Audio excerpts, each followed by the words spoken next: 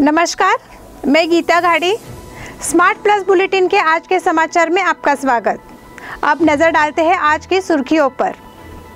प्रचार की अवधि समाप्त हुई। शिवसेना सांसद संजय राउत जी ने किया जनता को संबोधन। मुख्यमंत्री येडियुरप्पा जी ने चलाया प्रचार अभियान। अखिल भारतीय किसान मोर्चा का ऐलान। परिवहन मंडल ने 82 कर्मचारियों को बर्खास्त किया। कोरोना मरीजों की संख्या 2 लाख से ऊपर। कुंभ के मेले में मरीजों की संख्या बढ़ी। जम्मू कश्मीर की घाटी से अब विस्थापन नहीं होगा। नई दिल्ली में हालात और भी गंभीर। महाराष्ट्र जैसे प्रतिबंध कर्नाटक में संभव।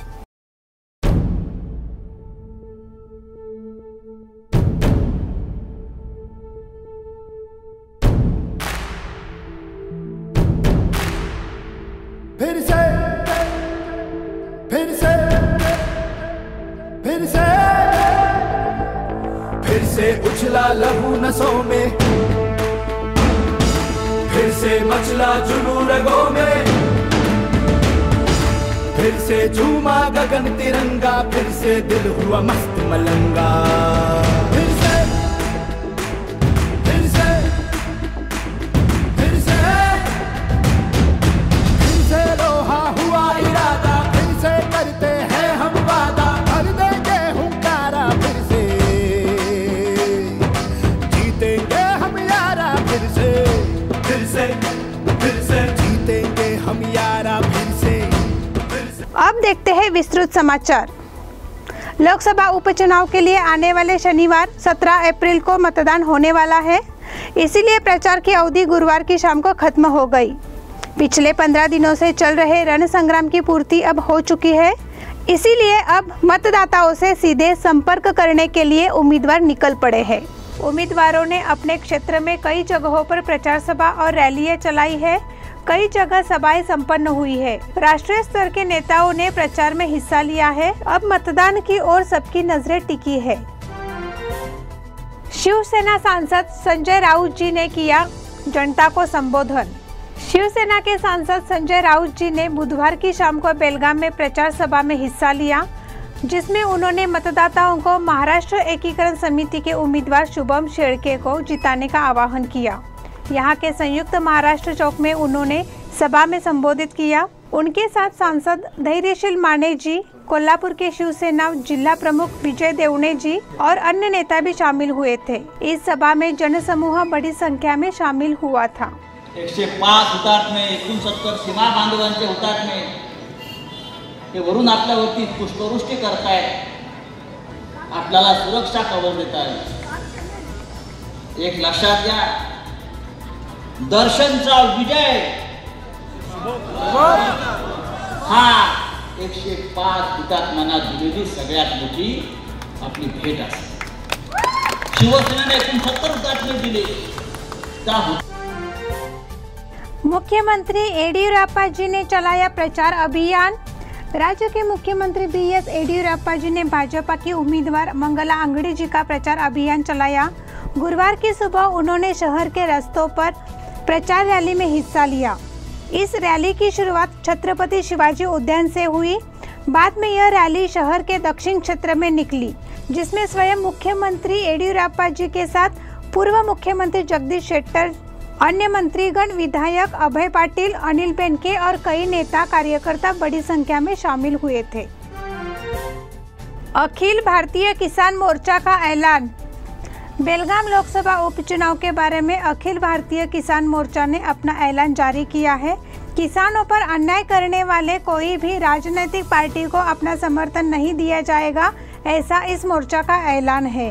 राजनीतिक पार्टियों ने हमेशा किसानों के साथ धोखा किया है, इसीलिए अब की बार किसानों के हित में जो सहायता करेगा उसे हमारा वोट देंगे, ऐसा इस संगठन के मुख्य शिवानंद जोगिन और शंकरप्पा कमली इन्होंने संवाददाताओं को बताया। इस वक्त संगठन के सदस्य उपस्थित थे। परिवहन मंडल ने 82 कर्मचारियों को बर्खास्त किया। परिवहन मंडल ने अपनी गाजर छड़ी नीति को जारी रखा है, ताकि यह सुनिश्चित हो सके कि आंदोलनकारी काम पर लौट आए। परिवहन फेडरेशन की अनिश्चितकालीन हड़ताल बुधवार को अपने 8वें दिन में प्रवेश कर गई। विरोध के दौरान भी 2110 कर्मचारी ड्यूटी पर थे और हड़ताल के पहले 5 दिनों के दौरान 733 कर्मचारियों को भुगतान दिया गया, जिससे उन्हें खुशी हुई। परिवहन बोर्ड ने 81 प्रशिक्षुओं को और एक नियमित कर्मचारी को भी लाठी दिखाई है, जिन्होंने आदेशों और नोटिसों के बाद भी अपनी हड़ताल जारी रखी है। कोरोना मरीजों की संख्या 2 लाख से ऊपर।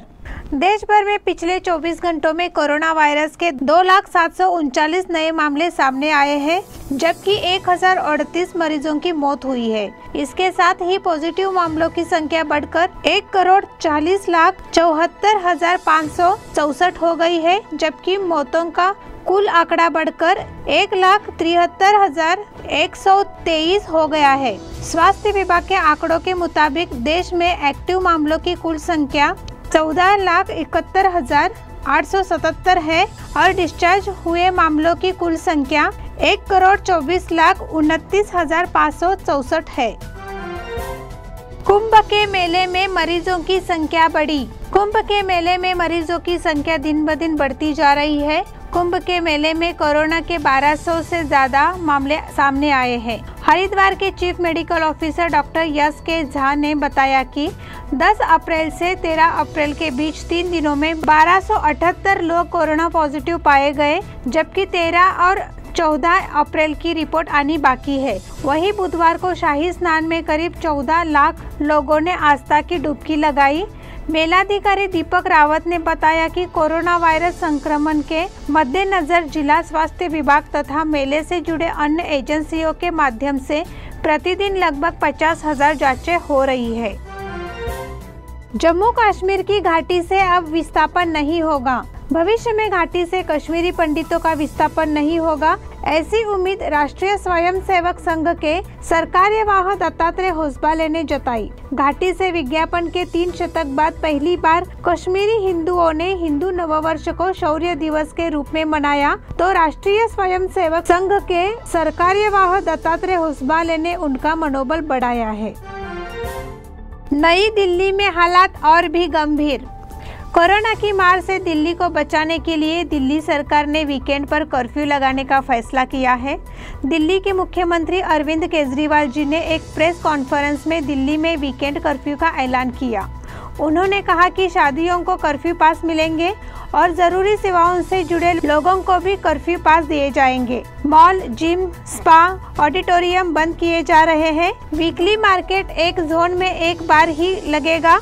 वही रेस्टोरेंट में खाने की अनुमति नहीं होगी, सिर्फ होम डिलीवरी हो सकती है। अरविंद केजरीवाल जी ने प्रेस कॉन्फ्रेंस में कहा कि आज भी जो दिल्ली के अंदर परिस्थिति है और जो अस्पताल का प्रबंधन फिलहाल कंट्रोल में है। दिल्ली में अस्पताल बेड्स की कमी नहीं है। फिलहाल 5,000 से ज्यादा बेड खाली है। महाराष्ट्र जैसे प्रतिबंध कर्नाटक में संभव। राज्य में कोरोना मरीज और मृत्यु दर बढ़ रही है। इस पृष्ठभूमि के खिलाफ महाराष्ट्र की तर्ज पर कर्नाटक पर और कड़े प्रतिबंध लगाने की आवश्यकता है, ऐसा आरोग्य मंत्री डॉक्टर के सुधाकर ने कहा। बेंगलोर में पत्रकारों से बात करते हुए डॉक्टर सुधाकर ने कहा कि पिछले वर्ष की इसी अवधि के दौरान कोरोना संक्रमणों और मौतों की संख्या अभी भी समान है। इसे नियंत्रित करने के लिए कुछ सख्त प्रतिबंध लगाना अब लाजमी है। मुख्यमंत्री येडियुरप्पा जी के अनुसार वर्तमान में राज्य में कोई लॉकडाउन प्रस्ताव नहीं है, लेकिन उन्होंने कहा कि महाराष्ट्र की तरह सख्त प्रतिबंध लगाने की जरूरत है। इसी के साथ स्मार्ट प्लस बुलेटिन के आज के समाचार समाप्त हुए। धन्यवाद।